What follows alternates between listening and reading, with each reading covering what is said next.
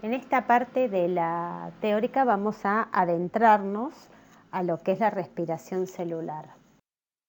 Primero y principal, vamos a ver un poco lo que es el ciclo de la glucosa. Nosotros cuando ingerimos comida estamos ingiriendo, entre otras cosas, glucosa, este monosacárido que viene en forma de polisacáridos. Y lo que sucede es que esta glucosa que uno ingiere, está ingiriéndola para dos fines, uno a corto plazo y uno a largo plazo. El que es a corto plazo es la energía inmediata que las células toman la glucosa, sintetizan ATP, esta moneda energética de la célula, y este ATP es utilizado, por ejemplo, por el cerebro para llevar a cabo las transmisiones nerviosas, es utilizado por el riñón para llevar a cabo todo lo que es la filtración glomerular, la filtración de la sangre, y es utilizada para los músculos para lo que sea el movimiento. Estas son las tres principales formas de utilizar la energía almacenada en el ATP. Y también parte de esta glucosa que nosotros ingerimos en una comida es almacenada en forma de glucógeno en el hígado, puede ser transformada a triglicéridos, o sea, a grasas, y puede ser también guardada como glucógeno en músculo. Entonces, lo que llamamos la fisiología de la glucosa es todo el camino que recorre la glucosa en nuestro cuerpo. Nosotros ingerimos alimentos, estos alimentos sufren una serie de pasos digestivos, comienza la digestión en la boca, va atravesando lo que es el esófago, llega al estómago, donde hay una digestión química, mecánica, en donde finalmente la glucosa se libera. ¿Y dónde se produce la absorción de esa glucosa? O sea, el pasaje de la glucosa desde el tubo hacia lo que son nuestros tejidos ocurre en el intestino. Entonces, cuando uno absorbe la glucosa que ingirió de la dieta, lo que sucede es que aumenta el nivel de glucosa en sangre.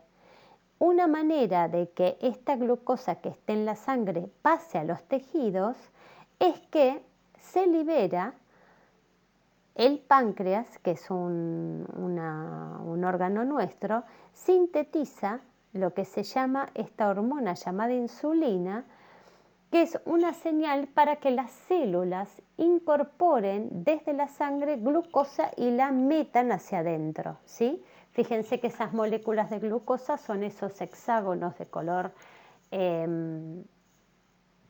celestes, ¿sí? Que frente al estímulo, cuando esa insulina, que son esos triangulitos de color amarillo, se pegan en los receptores específicos de las células, ¿sí? Es una señal para que transportadores específicos de glucosa metan la glucosa desde el medio extracelular, o sea, desde la sangre, hacia dentro de la célula, ¿sí? Fíjense que la glucosa, en este caso, como hay más glucosa afuera que adentro, la glucosa va a entrar a favor de un gradiente de concentración, ¿sí? Cuando no está la insulina pegada a estos receptores, ¿qué sucede? Sucede que no entra la glucosa a la célula. Acá ven otro diagrama de lo que es cómo la glucosa entra a nuestro cuerpo, está en circulación, o sea, ahí tienen el vaso sanguíneo con los glóbulos rojos, la glucosa en la sangre, y frente a la aparición de glucosa en sangre, el páncreas libera insulina, que es esta hormona, que tiene como funcionalidad sacar de alguna manera la glucosa de la sangre, pero la saca para que las células de los diferentes tejidos la incorporen, ¿sí? Y a partir de ahí puedan hacer respiración celular y sintetizar ATP, ¿sí? Entonces aparece la insulina incorpora la glucosa, hace que la glucosa entre a la célula, ¿sí? y va a parar a distintos lugares del cuerpo, al hígado, los músculos, al cerebro, y ahí, a partir de esa glucosa incorporada en la dieta, se va a sintetizar ATP y se necesitan, en estos 3 ejemplos, se necesita mucha cantidad de ATP para funcionar. Y la glucosa que está en exceso en la sangre se libera a través del riñón, que es donde la sangre se termina filtrando para finalmente eliminarse como desecho. Entonces, al proceso de obtención de energía a partir de la molécula de glucosa se le llama respiración celular. Y es un proceso que ocurre en muchas reacciones químicas, Son muchas reacciones químicas que ocurren hasta llegar desde la molécula de glucosa hasta la formación de ATP. Entonces, vamos a ir viendo a grandes rasgos cuáles son los principales eventos que ocurren para transformar esta glucosa en ATP, ¿sí? Lo primero que vamos a ver es que el primer paso, el primer gran evento que ocurre en la respiración celular se llama glucólisis.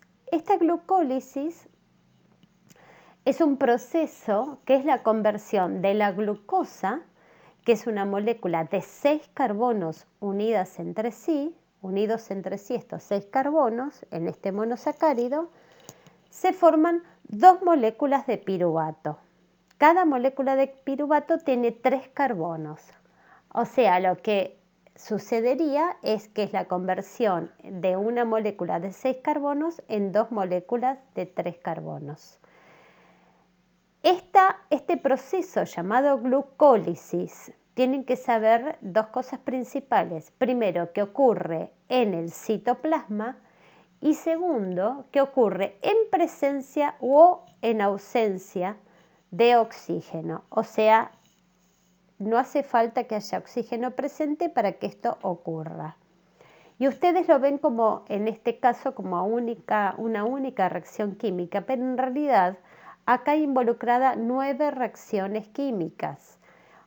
Si yo les digo que hay 9 reacciones químicas involucradas en que se transforme la glucosa en 2 moléculas de piruvato, quiere decir que hay 9 enzimas involucradas. No es un proceso que ocurre en un solo paso, sino que es un proceso con 8 productos intermediarios, ¿sí?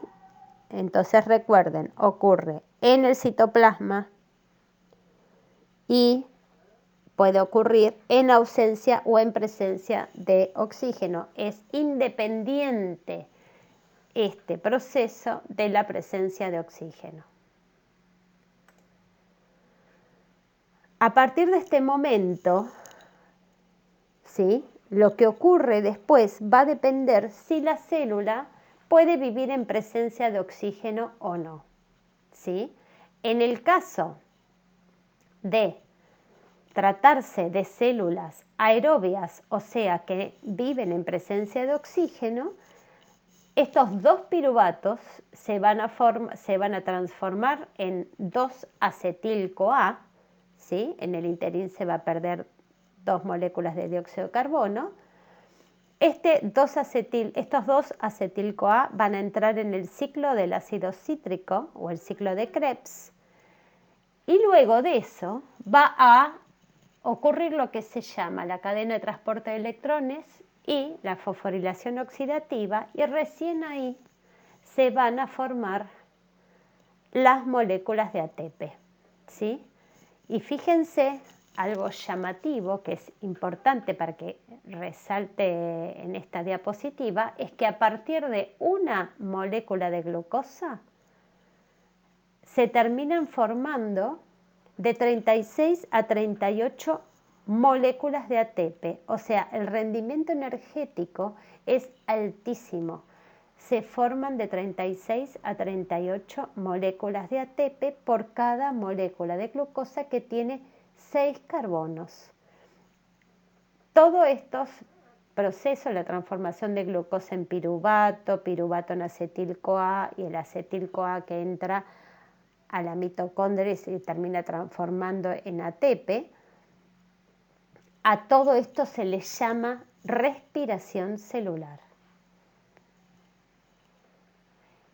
En cambio, si la célula no es una célula que viva en presencia de oxígeno, se trata de células que se llaman anaerobias. Las células anaerobias lo que llevan a cabo es la fermentación. Y hay dos tipos, la fermentación alcohólica o la fermentación láctica, ¿sí? Que ya lo vamos a ver en más detalle en las diapositivas que siguen. Entonces, para que ustedes discutan, queremos que contesten qué es la respiración celular, que distingan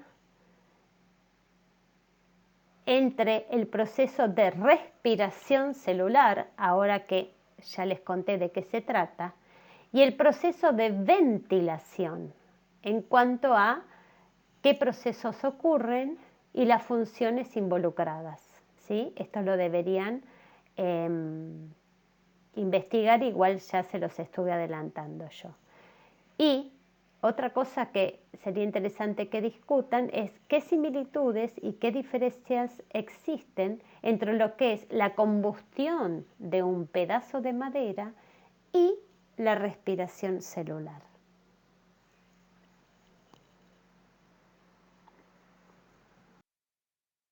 Bueno, a modo de otra vez de llamado a lo que es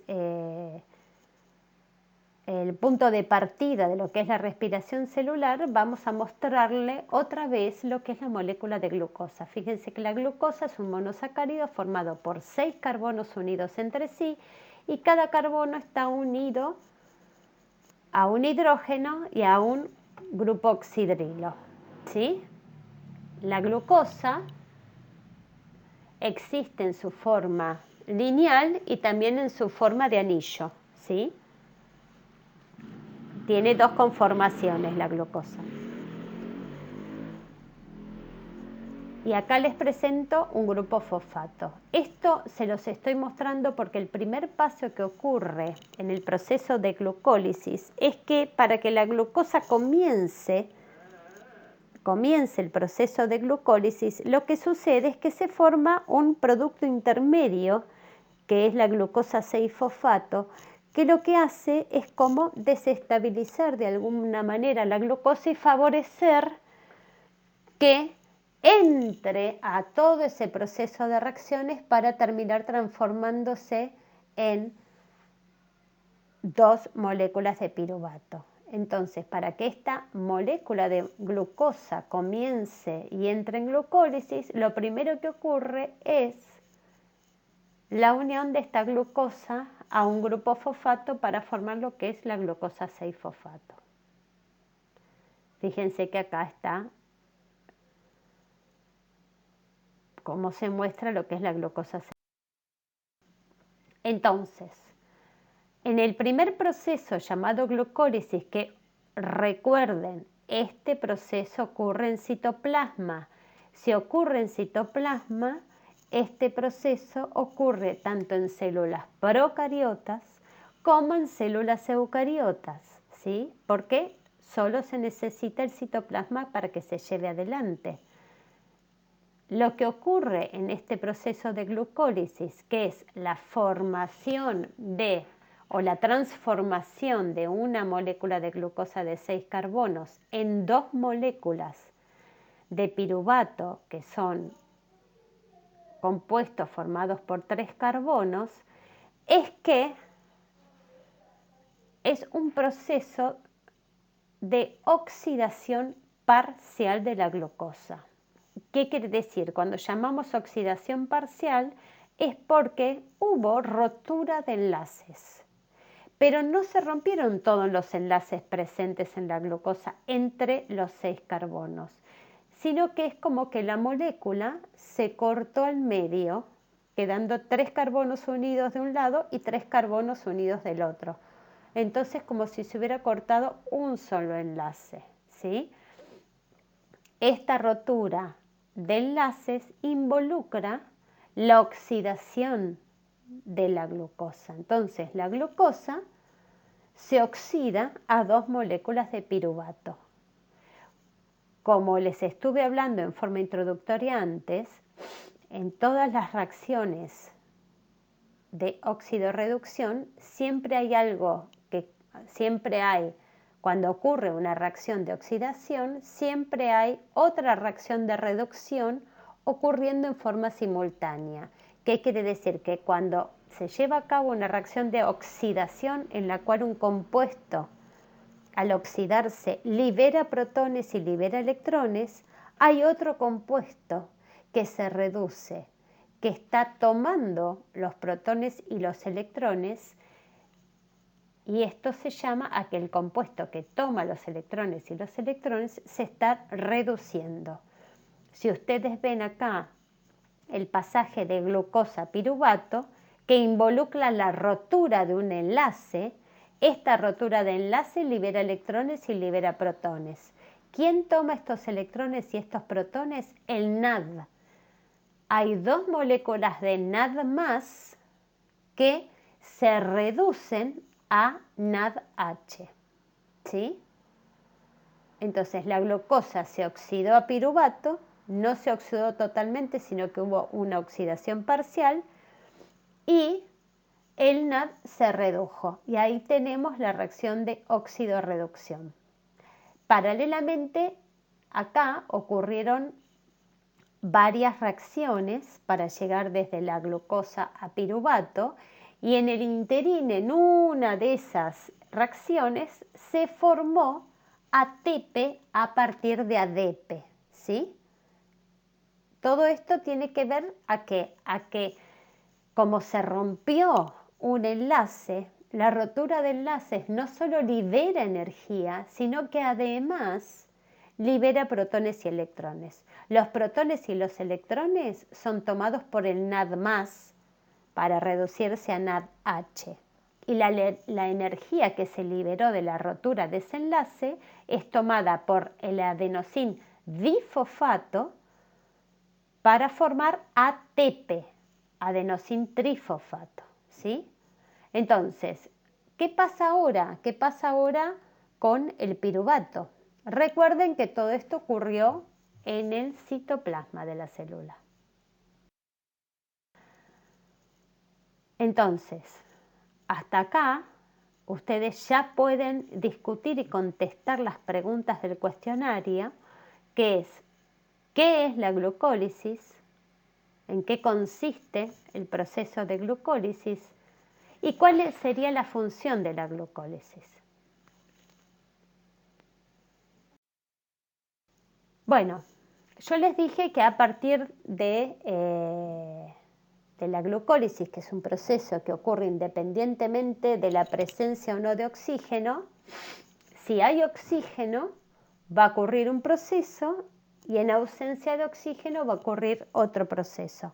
Esto no quiere decir que todas las células sean capaces de hacer los dos procesos, sino que hay células que solo van a poder fermentar, si son células que no pueden vivir en presencia de oxígeno, o hay células que pueden funcionar en presencia de oxígeno que eventualmente, cuando no tengan oxígeno presente, puedan fermentar. ¿Sí?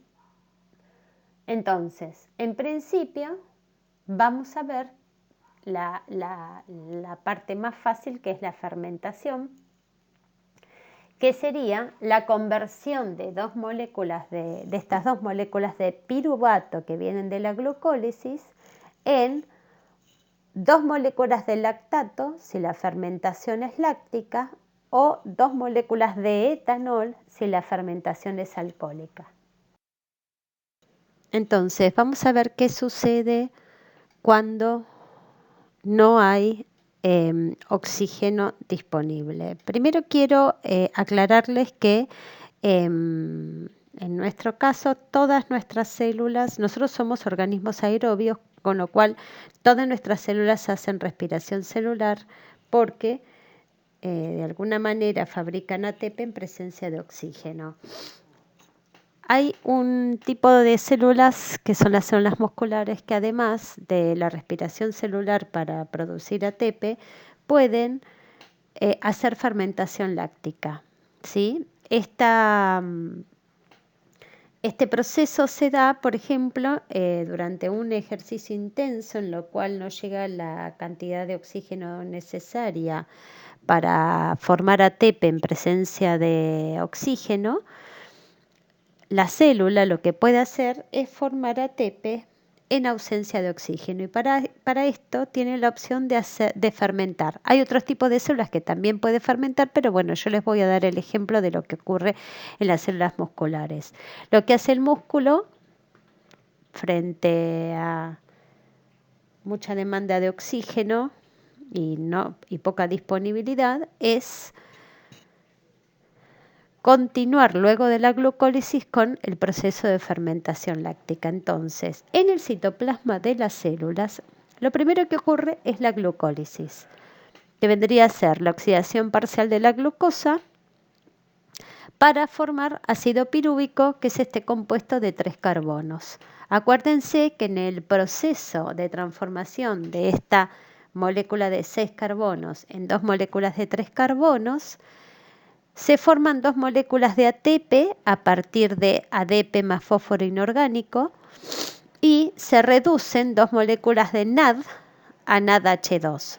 ¿Esto por qué? Porque hubo rotura de un enlace. Cuando se rompe ese enlace, acuérdense que se libera energía, esa energía se guarda en el ATP y además cuando se rompe un enlace es una reacción de oxidación.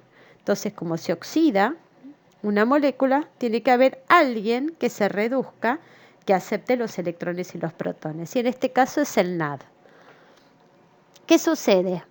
Estas 2 moléculas de ácido pirúvico van a ser transformadas en ácido láctico. Y esta transformación es una reducción. O sea, el ácido pirúvico se reduce cuando se transforma en ácido láctico.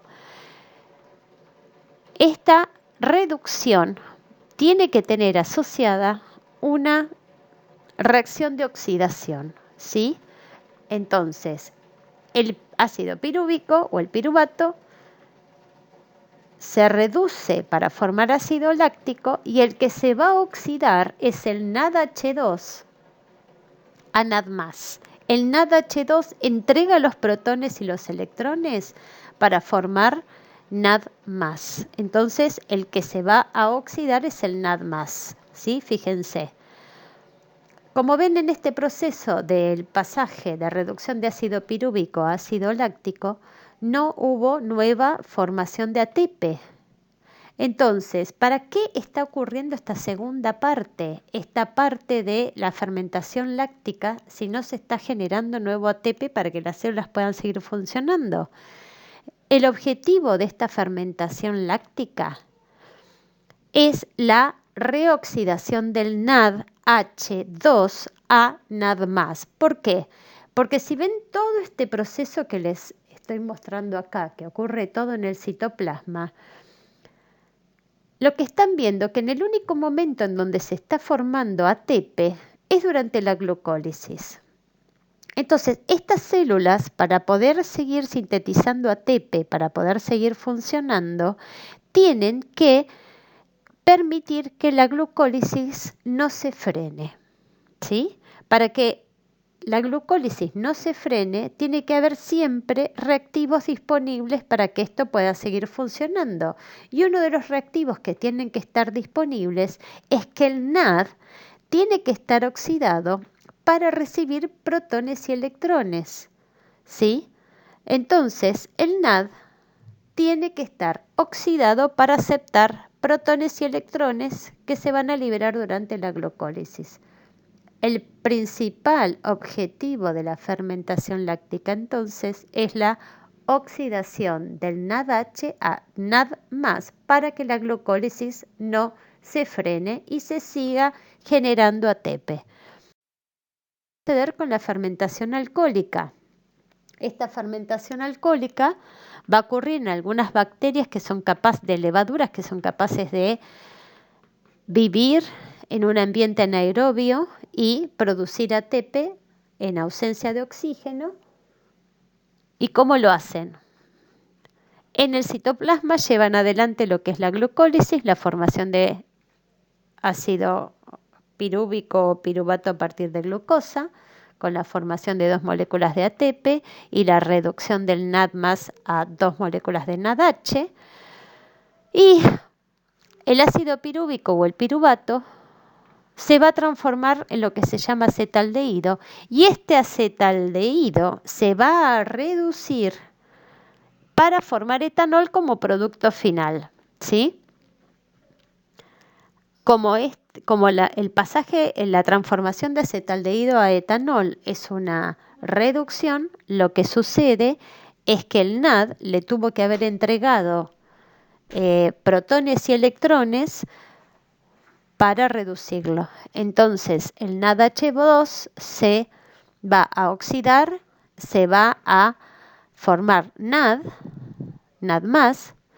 y el proceso de glucólisis no se va a frenar, va a poder continuar y se van a poder seguir formando las moléculas de ATP durante la glucólisis, ¿sí? Entonces, queda claro que en ausencia de oxígeno, la glucólisis siempre va a ocurrir y luego de la glucólisis ocurre lo que se llama o fermentación alcohólica o fermentación láctica, depende del tipo de célula que estemos mirando. Eso por un lado, y también tienen que saber que todo este proceso ocurre en el citoplasma de la célula.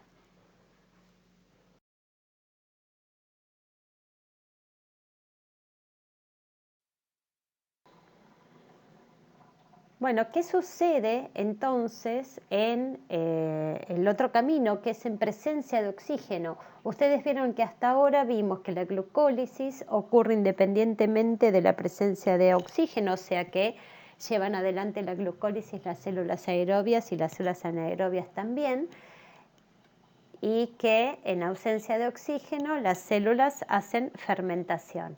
¿Qué sucede en caso de que haya oxígeno disponible? Va a ocurrir un proceso que es más largo, pero es mucho más eficiente a la hora de formar mucha cantidad de ATP. Entonces, fíjense que lo que se muestra acá es que los dos ácidos pirúvicos o los dos piruvatos se van a transformar en 2 moléculas de acetil-CoA. Este pasaje de 2 piruvatos, que son compuestos de 3 carbonos, cada uno, el piruvato tiene 3 carbonos, se va a transformar en un grupo acetilo. Este proceso se llama oxidación del piruvato porque el grupo acetilo tiene 2 carbonos. Entonces lo que sucede acá es que un compuesto de 3 carbonos se va a transformar en un compuesto de 2 carbonos y se va a liberar el tercer carbono que se cortó ese enlace, se libera como una molécula de dióxido de carbono. Esto se lleva a cabo en lo que se lleva a cabo por un complejo enzimático, un complejo de varias enzimas en la membrana mitocondrial interna. ¿Qué quiere decir? Que ahora ya dejamos de estar en el citoplasma y ya nos adentramos, estos procesos ocurren dentro de la mitocondria.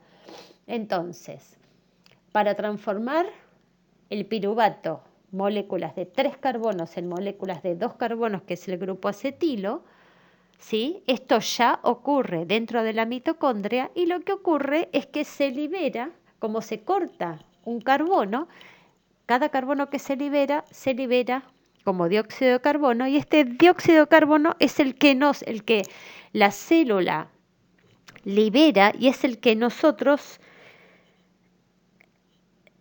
liberamos o eliminamos de nuestro cuerpo mediante la ventilación a través de nuestros pulmones, ¿sí? Este dióxido de carbono viaja en los glóbulos rojos unidos a la hemoglobina hasta llegar al pulmón y del pulmón sale al exterior cuando exhalamos. Entonces, en la mitocondria, los 2 carbonos del piruvato se transforman en grupo acetilo de 2 carbonos y estos 2 carbonos son unidos a un complejo enzimático llamado coenzima A, se une a esta coenzima A y este acetil-CoA es el compuesto que va a entrar a lo que se llama ciclo de Krebs, que lo deben haber escuchado alguna vez en algún momento de sus vidas. Acá les muestro otra vez lo que es la oxidación del piruvato. Cuando se oxida el piruvato, como hay 2 moléculas de piruvato, la molécula de 3 carbonos pasa a tener 2 carbonos, se forma un grupo acetilo y por cada molécula de piruvato que se oxida se libera un dióxido de carbono. Fíjense que en esta tabla que tienen acá, en este cuadro, la primera reacción muestra el piruvato, que es el compuesto de 3 carbonos. En el grupo en el medio aparece la coenzima A, que lo que va a hacer es oxidar a este grupo piruvato, o sea que se une al grupo piruvato y lo oxida, ¿sí? Lo oxida significa que induce que se corte este tercer carbono. Este tercer carbono se desprende y se va como dióxido de carbono. Como hay una oxidación, hay un NAD que se reduce.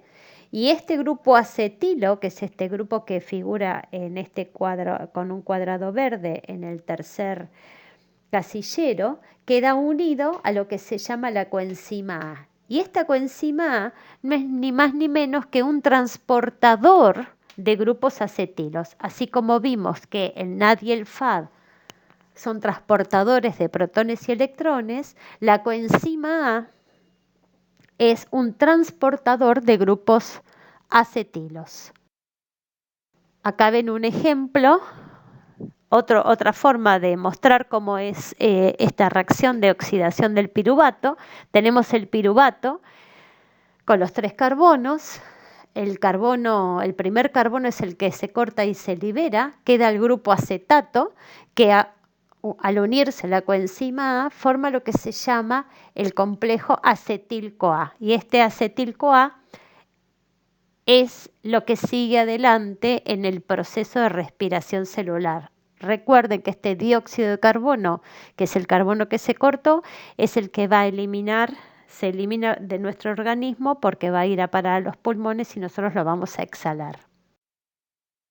Esta es la coenzima A, es lo que es el transportador de grupos acetilos en diferentes reacciones metabólicas, y ven este último carbono que está en rojo, el grupo acetilo que lo lleva de un lado a otro. Bueno, recuerden que la oxidación del piruvato que les acabo de describir recién ocurre ya dentro de la mitocondria. Entonces, fíjense que acá lo que estamos viendo es que esto que se llama ciclo de Krebs o ciclo de los ácidos tricarboxílicos o ciclo del ácido cítrico es lo que le sigue la oxidación del piruvato. Lo que entra en este ciclo es el acetil-CoA. El acetil-CoA, recuerden que es la coenzima A que viene transportando 2 carbonos de la glucosa inicial que estábamos, que es el punto de partida, ¿sí?, de todo esto que estamos viendo. Entonces, a este ciclo entran 2 carbonos de la glucosa original. En realidad no entran 2, entran 2, da una vuelta al ciclo y después entran otros 2, porque acuérdense que por cada glucosa se forman 2 piruvatos. De cada piruvato se forma un acetil-CoA. El acetil-CoA entra al ciclo y después se forma otro acetil-CoA y entra al ciclo, ¿sí? Lo que tienen que tener en cuenta del ciclo de Krebs es que cuando entra el acetil-CoA hay un montón de compuestos intermedios que son intermediarios de este ciclo, que lo que hacen es tomar estos 2 carbonos del grupo acetil-CoA. El grupo acetilo se incorpora, el primer compuesto del ciclo, la coenzima A se libera y va a buscar otro grupo acetilo.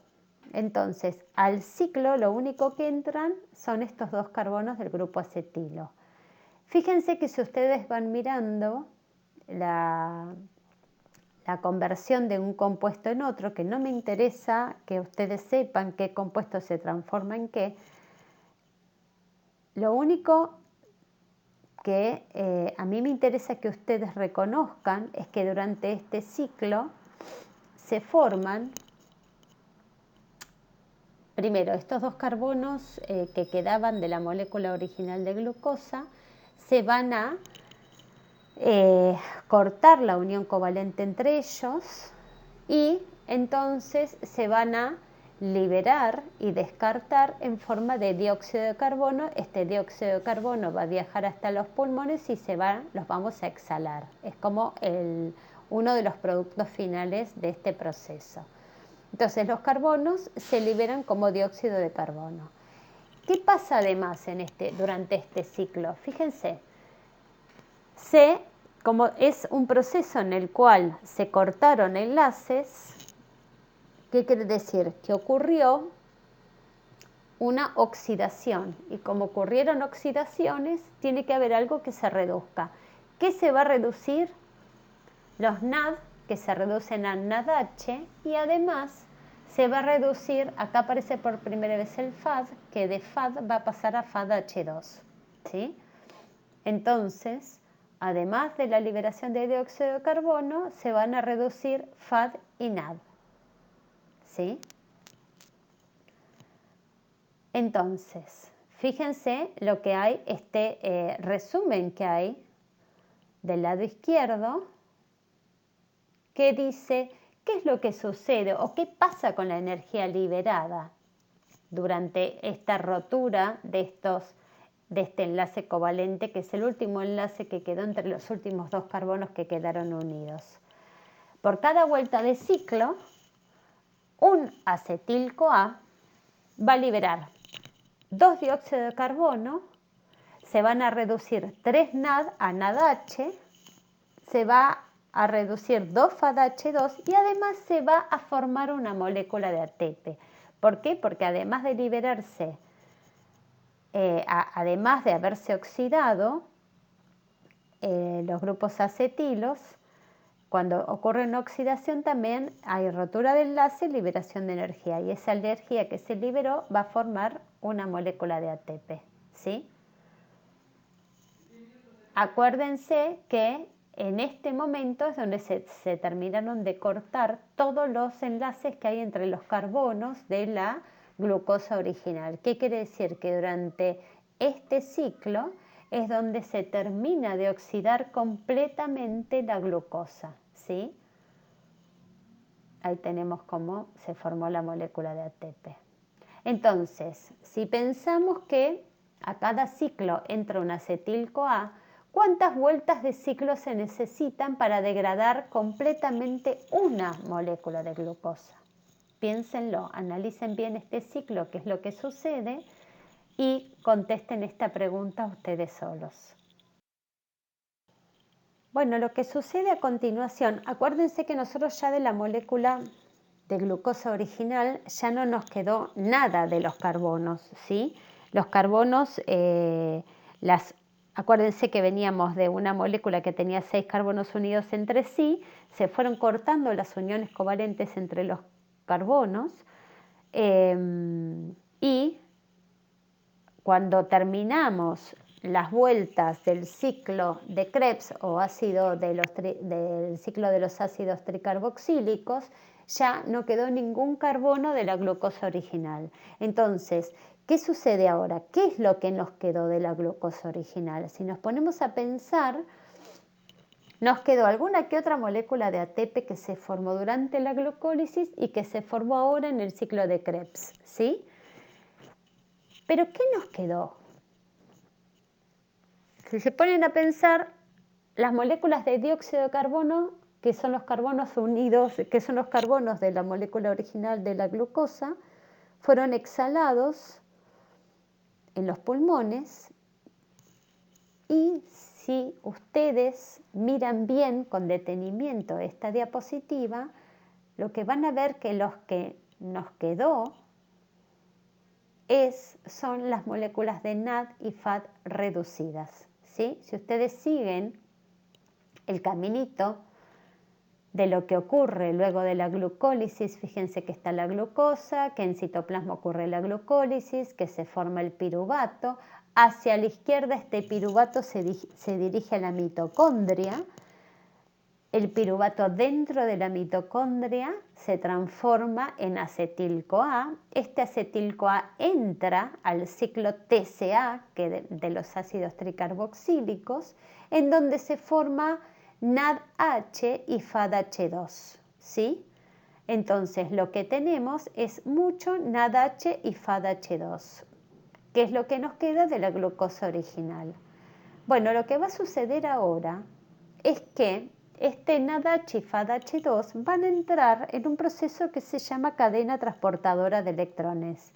Recuerden ustedes que el NAD y el FAD eran dos coenzimas que lo que eran funcionaban como transportadores de electrones y de protones. ¿Qué quiere decir? Que de procesos oxidativos, de reacciones de oxidación que ocurren cuando se rompen enlaces, estos NAD y estos FAD toman los protones y los electrones. Estas coenzimas, cuando toman los protones y los electrones, se reducen y van a poder transportar estos electrones y estos protones hacia otro lugar. Este otro lugar, este destino final de estos electrones y estos protones, es la cadena transportadora de electrones que vamos a ver en estos momentos. Entonces, esta cadena transportadora de electrones también se la conoce como cadena respiratoria. Tienen que tener en cuenta que esta cadena respiratoria son complejos proteicos que están anclados a la membrana interna de la mitocondria. Acuérdense que la mitocondria, que la vimos muy por arriba, está formada por una doble membrana. La membrana externa es una membrana lisa, pero la membrana interna es una membrana que tiene pliegues hacia adentro, está plegada, formando crestas, ¿sí? Estas crestas son estos pliegues. Bueno, en estos pliegues hay muchas proteínas asociadas a la membrana que ustedes ven en este diagrama como bolitas, ¿sí? Y estas bolitas son proteínas o complejos proteicos, varias proteínas asociadas entre sí, que lo que hacen es funcionar como transportadores de electrones. Van a tomar electrones para entregarlos también. Y ahora vamos a ver qué es lo que sucede, ¿sí? Este diagrama que ven en este recuadro amarillo son complejos proteicos que están anclados a la membrana interna de la mitocondria en estas crestas, y lo que van a hacer es aceptar los protones que el NAD y el FAD van a entregarles. Entonces, cuando el NAD y el FAD entreguen protones, ellos se van a oxidar y estas proteínas van a recibir los electrones. Fíjense que acá está escrita la oxidación, la reacción de oxidación del NAD y el FAD, que entregan los electrones a estos complejos proteicos. Como ellos se oxidan, ¿quiénes se reducen? Los que se van a reducir son estos complejos proteicos anclados a la membrana que están aceptando los electrones. Acá tenemos otro diagrama de lo que es la mitocondria, ¿sí? Con la doble membrana. Fíjense que por fuera tenemos la membrana externa de la mitocondria y por dentro tenemos otra membrana en celeste que es la membrana interna. En este caso, para poder hacer el diagrama de lo que es la cadena respiratoria con todos los complejos de las enzimas que componen esta cadena respiratoria, no se dibujaron las crestas mitocondriales, pero sepan que la membrana interna está toda plegada, formada por pliegues que se llaman crestas mitocondriales. Entonces, estas proteínas que están ancladas a la membrana interna se llaman proteínas transportadoras de electrones, ¿sí? Son complejos proteicos que lo que van a hacer es aceptar los electrones del NAD y el FAD y transportarlos de un complejo proteico a otro, ¿sí? Fíjense que tenemos en la matriz mitocondrial, que vendría a ser en el citoplasma de la mitocondria, es donde ocurre el ciclo de Krebs. En ese ciclo de Krebs se produce mucho NAD y FAD reducidos, que una vez que se formaron van a ir hacia la membrana interna de la mitocondria y van a entregar los electrones que fueron juntando de las reacciones del ciclo de Krebs. Entonces, lo que va a suceder es que cuando el NAD y el FAD entreguen los electrones al primer complejo proteico, este complejo proteico se reduce y el NAD va a quedar oxidado de manera tal que se va a formar el NAD+. Este NAD+ lo que va a hacer es va a volver al ciclo de Krebs para volver a tomar otros electrones. Lo mismo va a suceder con el FAD.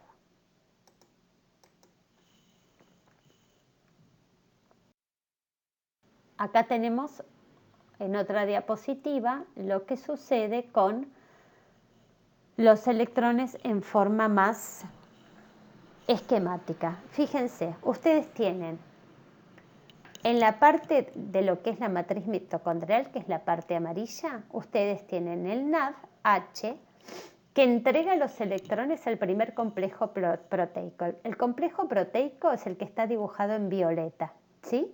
Y fíjense que el electrón está dibujado como un circulito de color negro.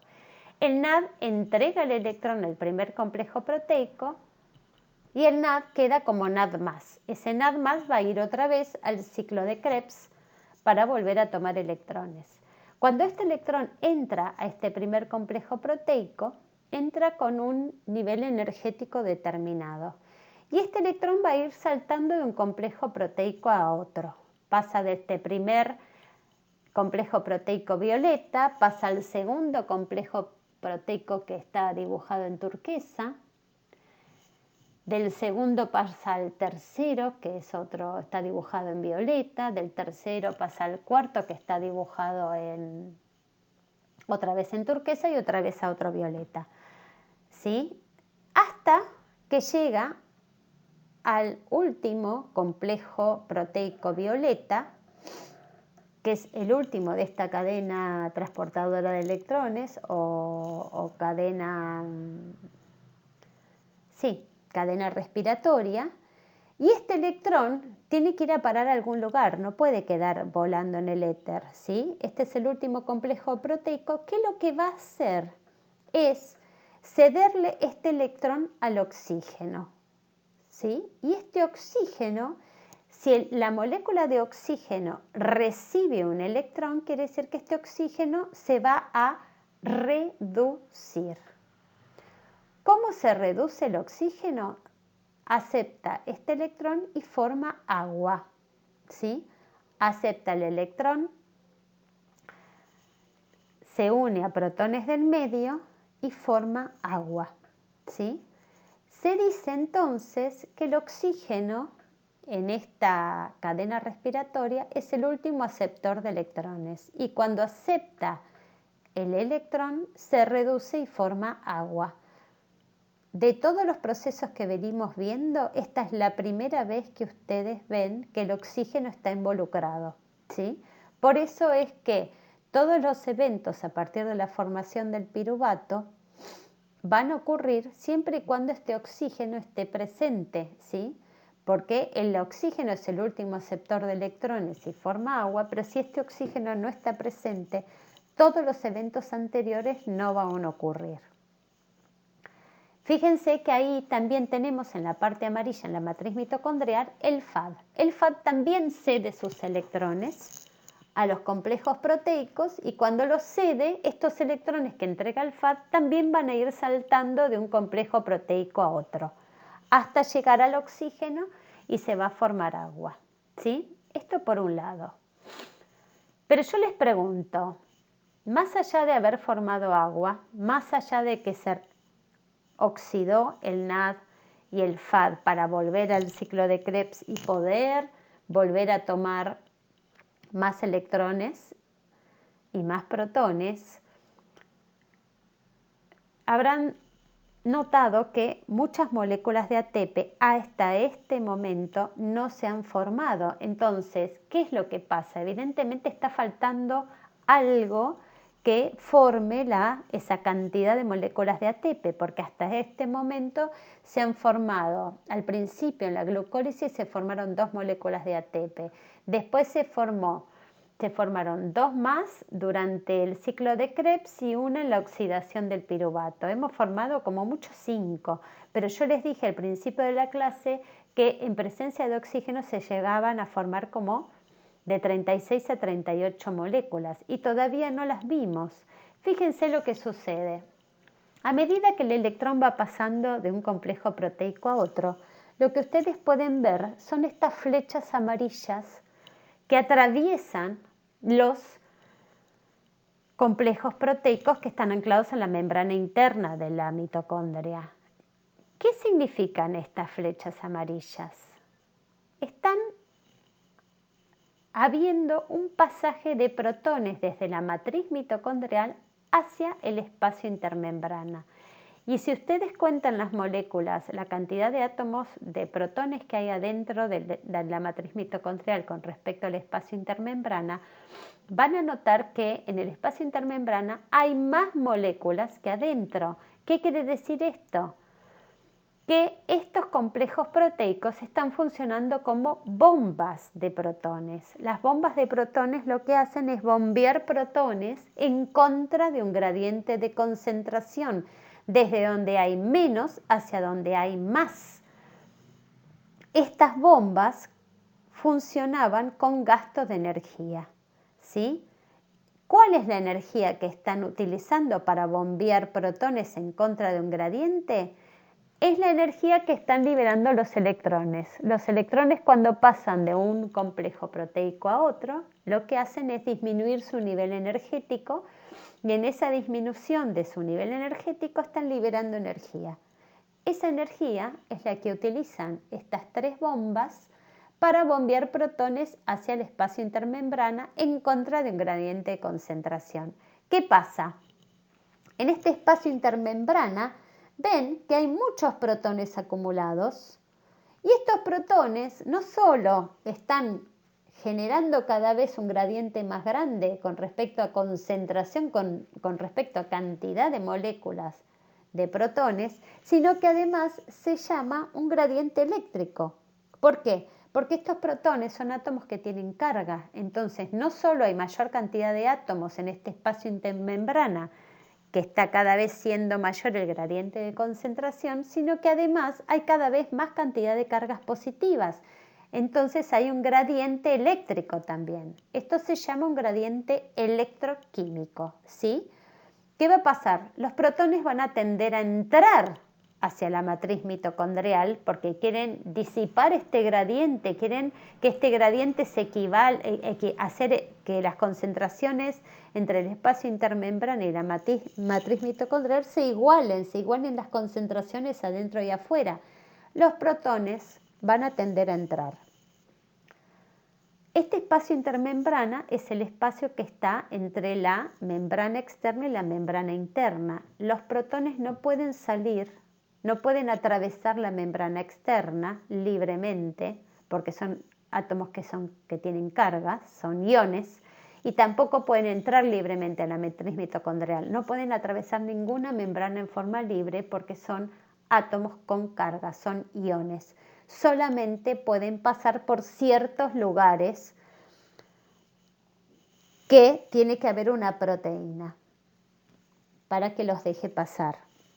En este caso lo que ven es que a la derecha de esta diapositiva hay algo que se llama F0 y F1, que esa es una proteína que se llama ATP sintasa, que es el único lugar por donde los protones van a poder pasar desde el espacio intermembrana hacia la matriz. Y eso lo vamos a ver ahora. Fíjense, esta última parte que cierra lo que es la respiración celular es un proceso que se llama fosforilación oxidativa. Venía yo de mostrarle que el pasaje de electrones de un complejo proteico a otro durante la cadena transportadora de electrones generó que estos electrones van disminuyendo su energía a medida que van pasando de un complejo a otro, y esta disminución de energía hace que la energía que van liberando esos complejos proteicos la aprovechan para bombear protones desde el espacio, desde la matriz mitocondrial hacia el espacio intermembrana. Entonces, llegamos a este punto en el cual en el espacio intermembrana tenemos muchos protones, mucho más de los que hay adentro de la matriz mitocondrial. Esto gracias a las bombas.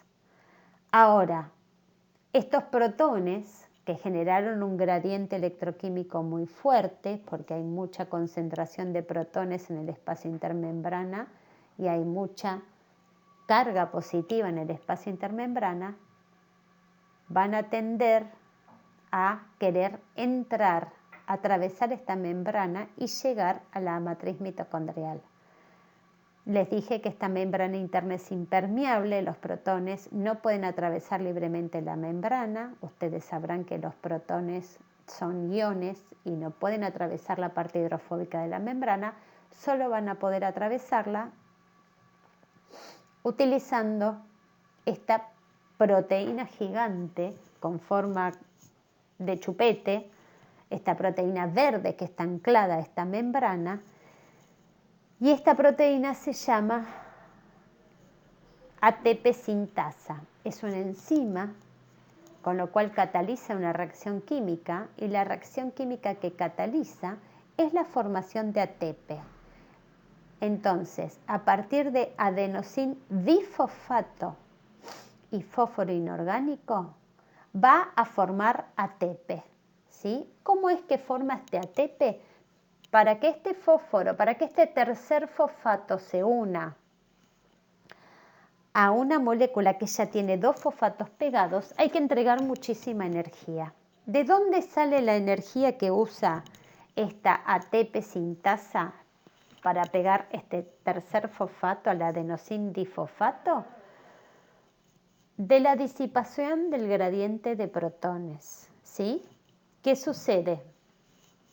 Fíjense que esta primer parte de esta proteína funciona como un poro, como un canal, que en algún momento dado, cuando haya mucha diferencia de concentración entre la matriz mitocondrial y el espacio intermembrana, de pronto el poro de esta proteína se abre, entonces los protones van a tender a atravesar esta proteína con mucha fuerza, con mucha potencia y mucha fuerza.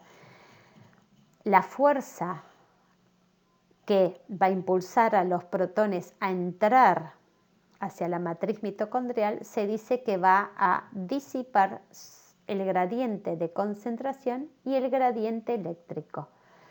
Se va a liberar mucha energía en ese pasaje desde el espacio intermembrana hacia la matriz mitocondrial, y toda esa energía que se libere, que se está liberando, se va la enzima, esta parte globular que mira hacia la matriz mitocondrial, lo que va a hacer es mediar esta reacción química, que es unir el tercer fosfato al ADP y formar la molécula de ATP. Se llama cabezal catalítico porque es la parte de la enzima que lleva adelante esta reacción química, ¿sí? Y de esta manera es que se forman las 30 moléculas restantes de ATP. Entonces, yo sé que este tema es bastante complejo, tienen que masticarlo, tienen que ver las diapositivas, tienen que intentar integrar todos los pasos uno tras del otro, hasta poder integrar los pasos que van sucediendo y masticarlos y entenderlos. Acá tienen un resumen de lo que es la respiración celular. Fíjense que yo les estoy mostrando acá la presencia de una mitocondria, entonces estamos hablando de respiración celular porque esto es en presencia de oxígeno, ¿sí? Esto comienza con la glucólisis en el citoplasma de la célula. En el citoplasma ocurre la transformación de glucosa en piruvato. Acuérdense que ahí tenemos involucrados la formación de, a partir de una glucosa de 6 fosfatos, se forman 2 compuestos de 3 carbonos cada uno. Va a haber formación de ATP, ¿sí? Y aparte se va a formar NADH, se va a reducir NAD. Este NAD va a ir a parar a la cadena transportadora de electrones. Paralelamente, este piruvato va a entrar a lo que es la mitocondria, y en la mitocondria primero va a ocurrir la oxidación del piruvato. Se va a formar acetil-CoA, y esta acetil-CoA en la matriz mitocondrial va a hacer que entre este grupo acetilo al ciclo de Krebs o el ciclo de los ácidos tricarboxílicos. En este ciclo lo que va a suceder es que por cada piruvato, por cada molécula de glucosa, va a haber 2 vueltas del ciclo y se va a formar más NADH y más FADH reducidos. Se libera el dióxido de carbono y aparte se van a formar una molécula de ATP por cada vuelta de ciclo. Este NADH y FADH que se formó como producto del ciclo de Krebs va a ir a parar a la cadena de transporte de electrones o cadena respiratoria, en donde el FADH y el NADH entregan los electrones. Estos electrones entran a la cadena transportadora de electrones hasta que estos electrones van a parar al oxígeno, que se reduce a agua. Ahí tenemos uno de los productos finales de esta reacción. Y luego se va a generar el gradiente de protones, y este gradiente de protones va a terminar con la fosforilación oxidativa, que es la formación de ATP, muchas moléculas de ATP, llevada a cabo por la ATP sintasa. Acá quiero retomar lo que fue el principio de la teórica esta, que fue cuando hablamos de la combustión, que yo les pregunté cómo era la ecuación de la combustión, si era exergónica o endergónica, y vimos que a partir de lo que es la glucosa, que en este caso era el papel, o la madera, que era celulosa, que en realidad está compuesta por glucosas, que son 6 carbonos, 12 hidrógenos y 6 oxígenos. Esta es la molécula de la glucosa.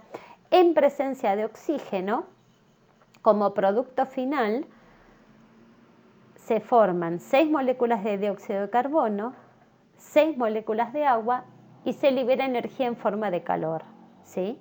Entonces es una reacción exergónica. Si nos ponemos a comparar con lo que es la respiración celular, ¿cómo sería la ecuación de la respiración celular? Es exactamente igual. A partir de glucosa en presencia de oxígeno, ¿sí? Estos 6 carbonos de la glucosa unidos entre sí, se van a cortar los enlaces, se van a liberar 6 moléculas de dióxido de carbono que se van a ir con la exhalación, se van a formar 6 moléculas de agua, que es la reducción del oxígeno, y la energía va a estar contenida en las moléculas de ATP. O sea que la energía no se libera en forma de calor. La energía química de las uniones entre las moléculas de los carbonos va a quedar almacenada en la moneda energética de la célula, en las moléculas de ATP. Entonces, lo que sucede es que la combustión de la glucosa o la oxidación completa de la glucosa también va a generar energía, pero en vez de generar energía en forma de calor, va a generar energía química y va a quedar almacenada en la molécula de ATP. Esta reacción, la reacción general, es una reacción exergónica porque la rotura de los enlaces libera energía que queda almacenada en el ATP. Pero la respiración celular, en vez de llevarse a cabo en una sola reacción química, ocurre en muchas reacciones consecutivas llevadas a cabo por enzimas dentro de la célula, y son reacciones que están muy controladas por las enzimas, que tienen productos intermediarios que pueden ser aprovechados para que la célula lleve adelante otras cosas, otros compuestos, lleve adelante otras reacciones químicas que también le sirvan, ¿sí? Y es un proceso sumamente regulado y sumamente eficiente. Acá tenemos un ejercicio que les dejamos para que ustedes discutan la veracidad o falsedad de las siguientes afirmaciones, que tiene que ver con la regulación de lo que es toda la respiración celular. ¿Qué pasa si aumenta la concentración intracelular de ATP? ¿Qué pasa si aumentan los niveles de ADP? ¿Y qué pasa si hay acumulación de coenzimas reducidas? Bueno, esto léanlo tranquilo y resuélvanlo, que después lo vamos a discutir. Acá les dejamos un videito para que vean en YouTube, que siempre les va a venir bien para complementar todo este material de esta teórica, de esta clase. Y esto es un poco para que ustedes tengan una idea cómo se van regulando las distintas vías metabólicas. Acá tenemos los principales procesos que ocurren en la oxidación completa de la glucosa. Fíjense que tenemos que, cuando tenemos altas cantidades de ATP, ¿sí? ¿Qué va a suceder? Este ATP va a frenar al ciclo de Krebs, va a frenar la conversión del piruvato en acetil-CoA y va a frenar la glucólisis. ¿Cómo va a suceder esto? Porque el ATP va a, de alguna manera, interaccionar con alguna enzima que esté involucrada en estos procesos, y va a hacer que esa enzima se inhiba. Inhibirse quiere decir que esa enzima se va a frenar. Puede ser, por ejemplo, que le ocupe el sitio activo, y esa enzima, al tener el sitio activo ocupado, no puede reaccionar con el sustrato correspondiente, entonces esa reacción va a estar frenada. Esto es una manera que el ATP, que es el producto final, pueda frenar los procesos involucrados en su propia fabricación, para que la célula no esté perdiendo energía y tiempo de alguna manera en producir algo que no está necesitando, porque ya hay abundancia.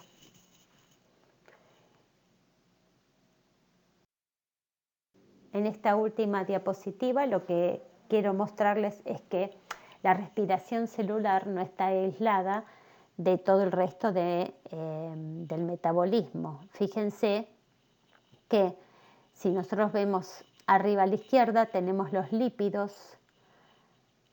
Los lípidos, acuérdense que eran las grasas y los aceites, ¿sí? ¿Qué pasa? Dentro de los lípidos tenemos los triglicéridos, que si se van degradando liberan ácidos grasos. Estos ácidos grasos pueden ser convertidos por la beta-oxidación en acetil-CoA. Entonces, de alguna manera, estos lípidos pueden servir también para hacer ATP, porque este acetil-CoA es el que entra el ciclo de Krebs, ¿sí? Y ahí es como que arranca esta parte de la respiración celular, y a partir de los lípidos se puede generar mucho ATP. Lo mismo, partiendo del glucógeno, que es el almacenamiento de glucosas, este glucógeno se puede degradar, se liberan glucosas, estas glucosas por glucólisis se forma el piruvato entra al ciclo de Krebs, ¿sí? Por otro lado, si, por ejemplo, un organismo se queda sin reserva energética, ya no tiene ni glucógeno, no tiene glucosas almacenadas porque se quedó sin glucógeno, ya no tiene lípidos almacenados porque ya los gastó todos, antes de que una célula o un organismo se quede sin ATP, Se puede llegar a obtener energía a partir de las proteínas. Las proteínas es un recurso muy rico para las células porque son las que llevan adelante todas las funciones de las células. Pero como último recurso se puede llegar a degradar de alguna manera las proteínas, se degradan y se forman aminoácidos, y esos aminoácidos pueden convertirse en los intermediarios del ciclo de Krebs y de esta manera se puede sintetizar ATP. Entonces, de alguna manera, fíjense cómo se puede formar ATP a partir de las biomoléculas que estuvimos viendo, de los lípidos, de los hidratos de carbono y de las proteínas.